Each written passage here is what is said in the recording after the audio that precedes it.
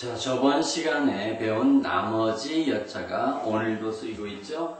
자, 나머지 여자는 지붕을 받치고 나서 기둥을 세우고 난 나머지가 남았다. 나머지 여자인데, 요 나머지 여자는 집사자에다가 8팔 나누다는 뜻을 합성한 글자로 설문해자에서는 표시하고 있는데, 여하튼 나머지 여자는 나여라고도 읽는다고 했는데, 오늘은 여기에다가 띨착 가다는 뜻을 붙여보겠습니다. 밭 깔고 집 짓고 난 나머지 땅을 뛰어다니는 게 당연히 길이겠죠? 그래서 길도라고 하고 있습니다. 선생님 길도자가 이런 글자 말고 또 어디선가 본 적이 있는데요 하죠? 이것도 길도자인데 같은 길입니다. 길도자입니다. 칠할도자에는 보면 진흙도 칠할도 그랬는데 물기가 물수면이죠. 물기가 남아있는 흙이 진흙이겠죠. 진흙에는 물기가 섞여 있어요. 그래서 물기가 마르지 않고 남아있는 흙이 진흙입니다. 진흙으로 칠한다 그래서 칠할도라고도 읽지요.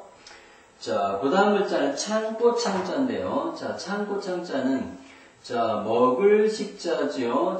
먹을 식자를 변형해서, 먹을 식자를, 이렇게 써놓고, 밑에 획에다가 입구를 합성했어요. 그래서, 먹는 양식을, 곡식을 에워싸서 보관하는 곡식 창고를 표현하고 있죠. 그래서 이걸 창고창이라고 합니다.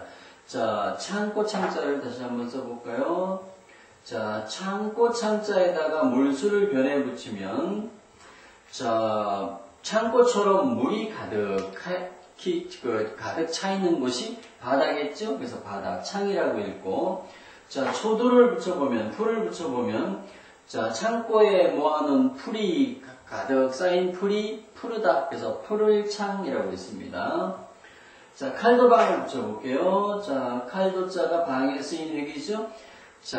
창고를 칼로 잘라 만들기 시작하는 처음을 가리키는 말이 비로소입니다. 그래서 비로소 창자는 처음 시작하다는 뜻으로 쓰이기도 합니다.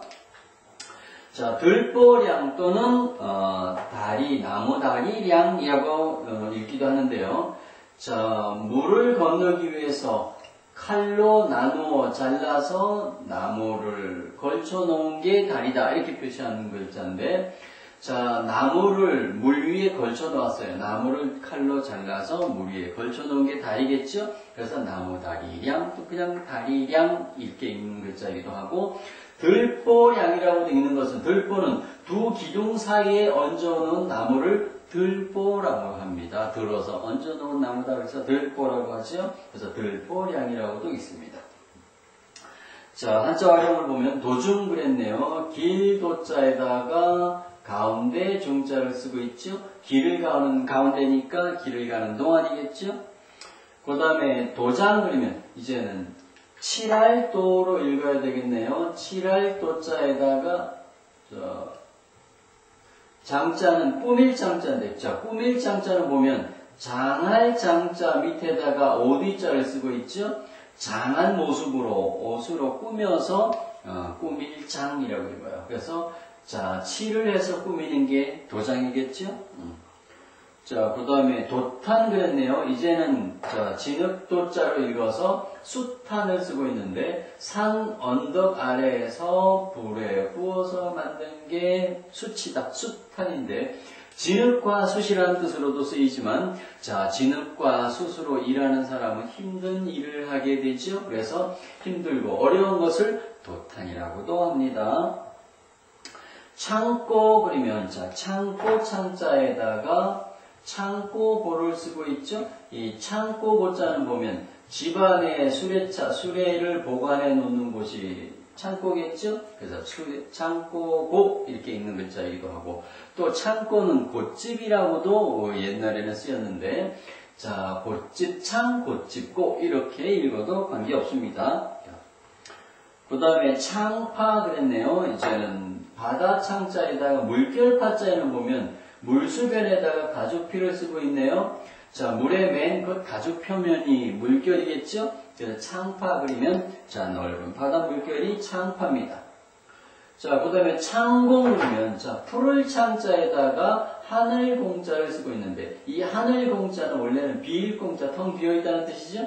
자, 구멍혈에다가 만들다는 뜻으로 장인공을 써놨으니까, 자, 구멍을 만들어 놓으면 속이 텅 비어있다. 그래서 비일공자인데, 비일공자가 텅 빈 하늘을 뜻하기도 해서 하늘공이라고 읽기도 합니다. 여기서는 창공을, 푸른 하늘을 창공이라고 합니다. 자, 창백 그리면, 자, 백자는 흰 백자인데, 자, 창백 그리면, 얼굴빛이 푸른빛이 도는 하얀색 얼굴을 가리켜서 병든 사람의 얼굴을 표현하죠. 그래서 얼굴이 창백하다고 표현합니다. 자, 그 다음에 창간 그랬네요. 자, 책편의 간자를 비로소 창에다가 쓰고 있어요. 자, 그 책편의 간자는 보면, 자, 방패 같은 판에다가, 자, 판자에다가 칼로 글을 새겨서 책편의 간. 자, 범하듯이, 범할 간으로 읽으면 범하듯이 칼로 글을 새겨서 책편의 간. 이렇게 읽으면 되겠죠? 창간 그리면 처음 비로소 책을 펴내는 것을 창간이라고 합니다. 창조 그리면, 자, 지을 조자를 볼까요? 지을 조자는, 자, 고할 고자에다가 뜰자 빨리 가서 알리고 싶은 게 무엇을 만들었기 때문이다 라는 뜻인데, 자, 지을 조 만든다는 뜻이죠. 창조 그림 처음 만든 게 창조죠. 창작도 마찬가지입니다. 지을 작자를 보면 사람인에다가 언뜻사 잠깐사를 붙여서 사람이 잠깐 동안 어떤 물건을 만들었어요. 그래서 만들 짝, 지을 짝을 쓰면 창작 그리면 이것도 처음 만든 작품이 창작이겠죠? 창의 그리면, 자, 비로소 창자에다가 뜻의자를 쓰고 있네요. 자, 마음심에다가 소리음자를 쓰고 있죠? 마음에 나오는 소리가 뜻이다. 마음에 있는 소리가 뜻이겠죠? 자, 뜻의자에다 쓰면 창의 그리면 처음 생각해내는 뜻을, 처음 뜻을 생각하는 것을 창의라고 합니다. 자, 교양 그랬네요. 자, 다리 교자에 썼으니까 당연히 그 들보량자도 다리량으로 읽으면 되겠죠? 자, 다리 교자는 나무를 높을 교자입니다. 나무를 높이 올려놓은 게 다리겠죠? 다리 교자에다가 들보량자는 다리량으로 읽으면 되겠네요. 그래서 다리를 교량이라고 합니다.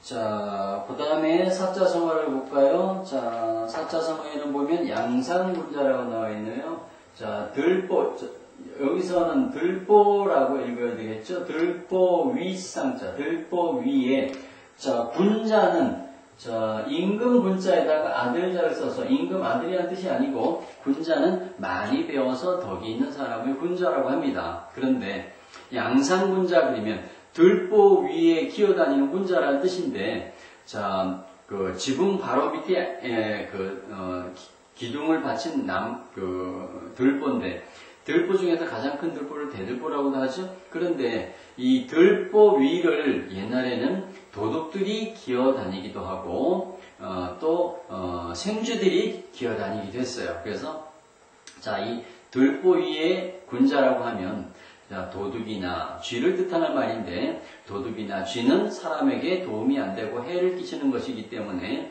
자, 도둑이나 쥐를 점잖게 일컫기 위해서 하는 말이 양상군자가 되겠습니다.